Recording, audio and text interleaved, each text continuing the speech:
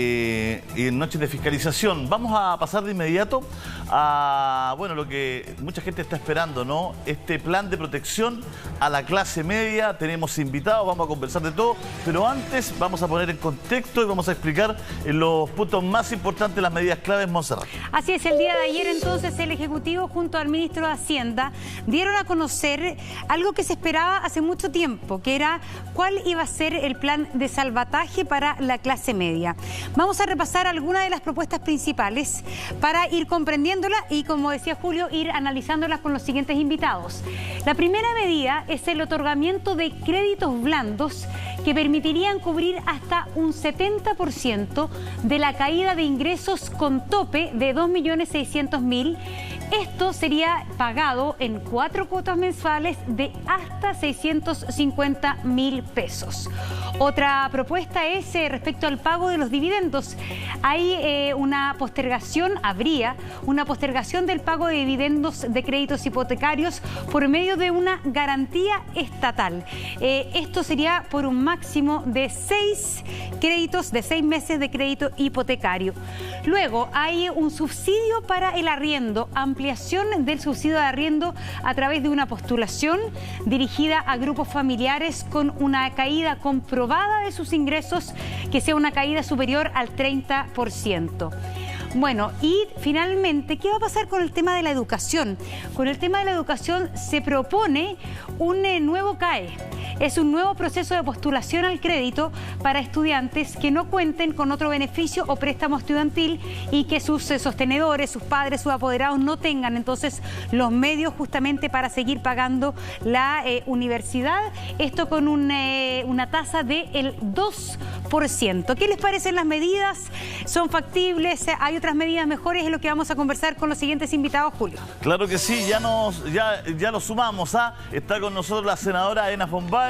Ena, muchas gracias, bienvenida. Gracias. Está el senador Andrés Alamán. Está con nosotros también don Nicolás Eizaguirre y está con nosotros el diputado Gonzalo Vinter para conversar de este nuevo plan. Vamos a ir al tiro al grano, senadora. Vamos a partir, las damas primero en este programa. Vamos a partir con usted. El presidente del PPD, lo voy a leer textual, Heraldo Muñoz ha dicho: toda medida que vaya en dirección de ayuda a estas familias es bienvenida. Sin embargo, la solución no puede ser el endeudamiento de una clase media ya sobreendeudada.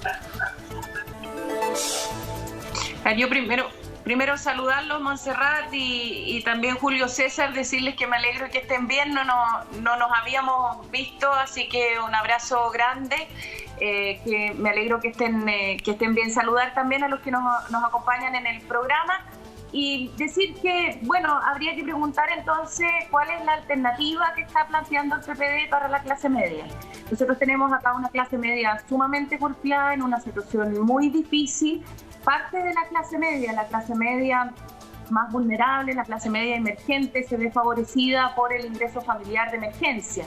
Y la caída de los ingresos ha sido importante, por lo tanto la ampliación del ingreso familiar de emergencia ha sido relevante para ayudarle a ese segmento de la clase media.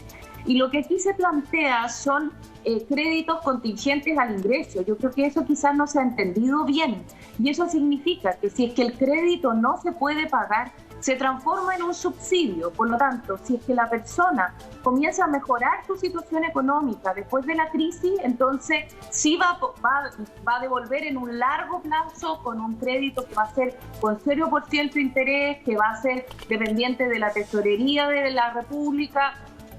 Va a poder devolver este crédito. Por otra parte, lo mismo pasa con la postergación de las cuotas de los créditos hipotecarios.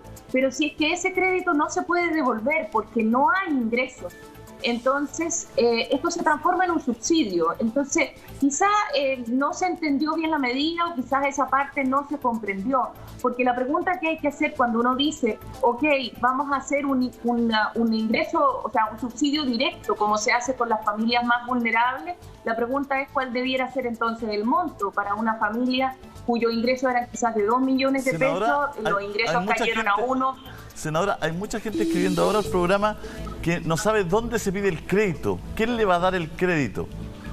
Una cosa es el crédito. ¿Quién le pasa el dinero a las personas?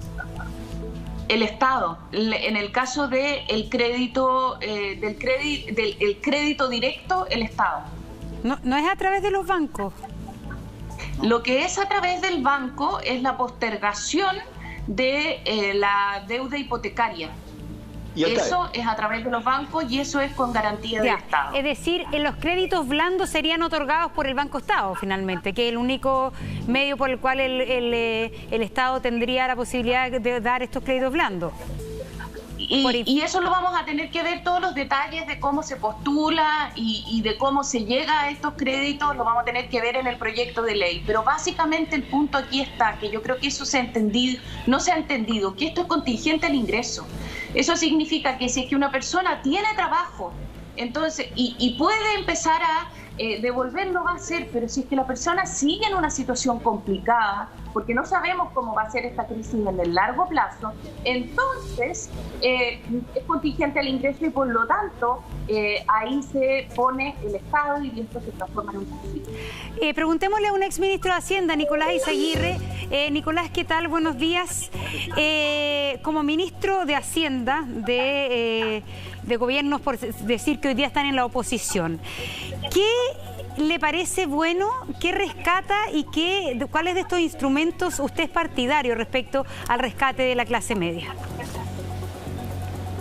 Bueno, primero que todo saludarlos a ustedes, que fueron colegas míos, la Monse y Julio César. No fui colega, fui subalterna. Y a los parlamentarios. Fue mi jefe. Colega. Ah, eso no lo sabíamos. Pues sí, pues era el director de Canal 13.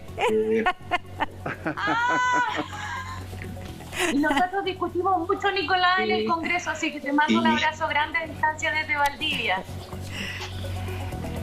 Muchas gracias, Diana. También te lo mando a ti. Hola, Andrés. Y hola, Gonzalo, a quien no tengo el gusto de conocer, pero he leído y visto.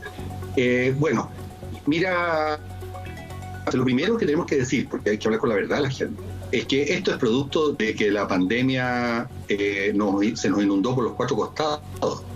Fíjate tú, Montserrat, que en este momento nosotros estamos pasando a España el número de contagiados. O sea, somos el sexto país del mundo, en circunstancias que en población somos el 61. O sea, eso te da una medida de que este país se inundó por los cuatro costados en materia de pandemia con una estrategia sanitaria simplemente equivocada de punta a cabo. Entonces, para poder enfrentar este drama, hemos tenido que paralizar el país. Y lo vamos a tener que seguir paralizando mientras no seamos capaces de quebrar la curva de la pandemia. Y en la medida que el país está paralizado, obviamente las familias comienzan a tener crecientes problemas. No solo el sector más vulnerable, sino que el sector de clase media. Eso es una obviedad. Por tanto, siempre yo he dicho, si queremos discutir economía en serio, discutamos pandemia en serio.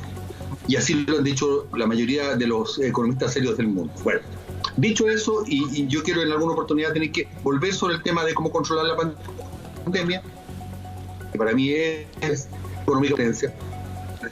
Y yo sé que esto no es popular. Es que el Estado lo que hace es redistribuir dinero entre unos y otros.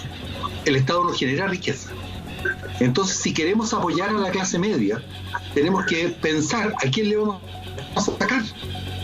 Y como evidente... Escucha, Nicolás se escucha pésimo. Y tenemos límites. Nicolás se escucha todo entrecortado. Sí. No sé si podemos estabilizar el internet. Y por mientras Sí, bueno... Sí. ¿Le preguntamos a Gonzalo Vinter? Sí, está en algo bastante interesante. Gonzalo, toma la posta mientras arreglamos el audio de Nicolás y después Andrés. ¿Pero tengo que decir lo mismo que iba a decir Nicolás o digo lo que iba a decir yo? No, diga lo que quiere decir usted. Ni nosotros escuchamos bien lo que dijo Nicolás, así que diga usted lo que... No, bueno, primero también saludar a todos en el panel. Decir que a ver, es una medida que hay que estudiar en su mérito. Los proyectos no han llegado al Congreso y aquí esto hay que revisarlo bien a fondo. Sí, yo quisiera decir que hay un problema con la forma en que el gobierno presenta muchas veces las cosas, ¿ya? Cuando se hace, por ejemplo, cuando hace 2 semanas hubo una reunión en donde se llegaron a ciertos acuerdos con la oposición, cosa que a mí me parecía positiva, pero después se anuncia como el gran acuerdo nacional, social, histórico. De repente le pasa a este gobierno que las etiquetas le terminan haciendo mal a lo que va dentro del paquete. Entonces, en este caso, Yo creo que hay mucha gente en Chile que cuando se le dice, mire, lo vamos a proteger, y luego se le anuncia un crédito, lo que escucha es, bueno, pero ¿cómo? ¿Si me van a proteger o me van a prestar plata que después tengo que devolver? Porque son dos cosas que en el habla coloquial tienen un significado distinto. Entonces, a mí la gente ayer me decía, yo me pregunto, si cuando el presidente Piñera le dice a su familia, por ejemplo, lo voy a proteger, ¿será que le presta plata? No, pues obviamente que no. La idea de protección es distinta a la idea de endeudamiento. Segunda idea, obviamente que si es que comparamos el crédito blando, ¿cierto? La primera de las medidas que estamos viendo, comparado con cualquier otro crédito, es una muy buena opción, comparado con cualquier otro crédito. El problema es que, así como nos gusta decir que esta crisis pilló a Chile en una situación fiscal bastante positiva en el sentido de que se podía endeudar, pilló a las familias chilenas en una situación de endeudamiento bien grave, en donde la mayoría de las familias chilenas en este momento tiene un problema con alguna deuda, y casi un cuarto de los morosos chilenos, o sea, de los endeudados chilenos, están morosos. Entonces mucha gente lo que me ha dicho a mí es, mire, ¿sabe qué? Mucho no me sirve, porque si bien como crédito está bueno, yo no puedo tomar otro crédito, porque yo ya he tomado créditos para pagar créditos, y tampoco puedo pensar que necesariamente después de la pandemia voy a generar más ingresos de los que generaba antes, que me van a permitir pagar mi vida como la tenía y además pagar el crédito. Con respecto a lo de los hipotecarios, quiero decir que, de nuevo, hay que revisarlo en su justo mérito, pero a mí me parece en principio bien encaminado lo de los hipotecarios. Me parece sí que está muy acotado. Con respecto al subsidio de arriendo, solo hacer una pequeña mención.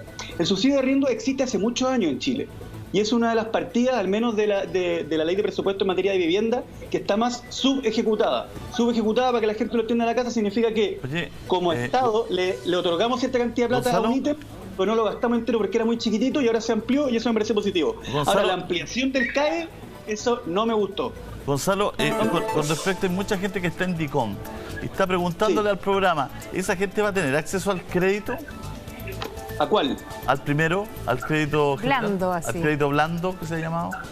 Preguntémosle. ¿Puedo hacer un punto? No se sabe. Por favor. ¿Sí? Sí, perdón, yo entiendo que sí, pero lo vamos a tener que ver en los detalles, y yo quería hacer una puntualización respecto a la información anterior, que la Montserrat me hizo dudar. Este es un crédito que se va a solicitar en el Servicio de Impuesto Interno, y va a ser directo desde la tesorería. O sea, en el fondo es un crédito desde el Estado, y ahí vamos a tener que ver los detalles, y evidentemente, Julio César, lo que tú planteas de una persona que está en DICOM, vamos a tener que ver ese detalle. Yo creo que va a tener que tener derecho a acceder a... Dijo que no, Nicolás. ¿Qué decía no, Nicolás? No, que ya me reconecté simplemente. Estaba levantando...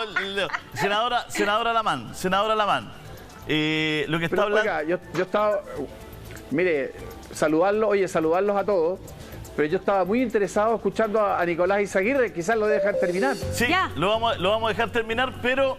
Nicolás, ahí parece que se escucha fuerte y claro. Estaba precisamente en que el Estado no enriquece un país, sino que puede distribuir. Ahí quedamos, hasta ahí lo íbamos escuchando, Flor, por favor. Pero lo hace el crecimiento. Bueno, muchas gracias, Julio. Lo importante, yo aquí tengo que ser responsable después de tanto tiempo como ministro de Hacienda, es entender que el Estado... ¿Me están escuchando, no? Sí, perfecto. Ya. El Estado no genera riqueza, el Estado le pide a algunos para darles a otros. Entonces, si le damos a la clase media y media acomodada, ¿a quién le sacamos? Y sería como Hood Robin, o sea, en vez de Robin Hood, sacarle a los que tienen menos para darle a los que tienen más, ¿cierto? Es obvio. Entonces, ¿qué puede hacer el Estado? Entendiendo que si no solucionamos el problema sanitario, lo que estamos diciéndole a la gente es, ¿sabe? Van en un barco, póngase acá que está más sequito, pero si el barco se sigue hundiendo, nos vamos a mojar todo al final. Entonces, lo fundamental es el tema sanitario. Y a mí me parece que las medidas del gobierno, esto no le va a gustar a muchos, hay que ver los detalles, pero van en un sentido correcto al decir, yo le doy un crédito puente a 0 tasa de interés real y usted me paga cuando se recupera. Porque entonces esa plata el Estado la va a poder recuperar y así no va a tener que sacrificar al 50% más pobre que están debajo de las 500 lucas. Dicho eso, a mí me parece que el IFE claramente quedó corto y por eso se está generando este desborde. Nosotros dijimos línea de pobreza, y todavía es tiempo para recuperar. El INFE nos está distribuyendo, el tema del subsidio de desempleo no está fluyendo. Entonces, partamos por tapar los grandes boquerones que tenemos hoy día, Nicolás, y después vamos analizando los más chicos. Precisamente en esa lógica entran muchos economistas y algunos parlamentarios, ¿no es cierto?, a meter el tema de que la gente no desangre al Estado, sino que la gente saque un porcentaje de su ahorro en los fondos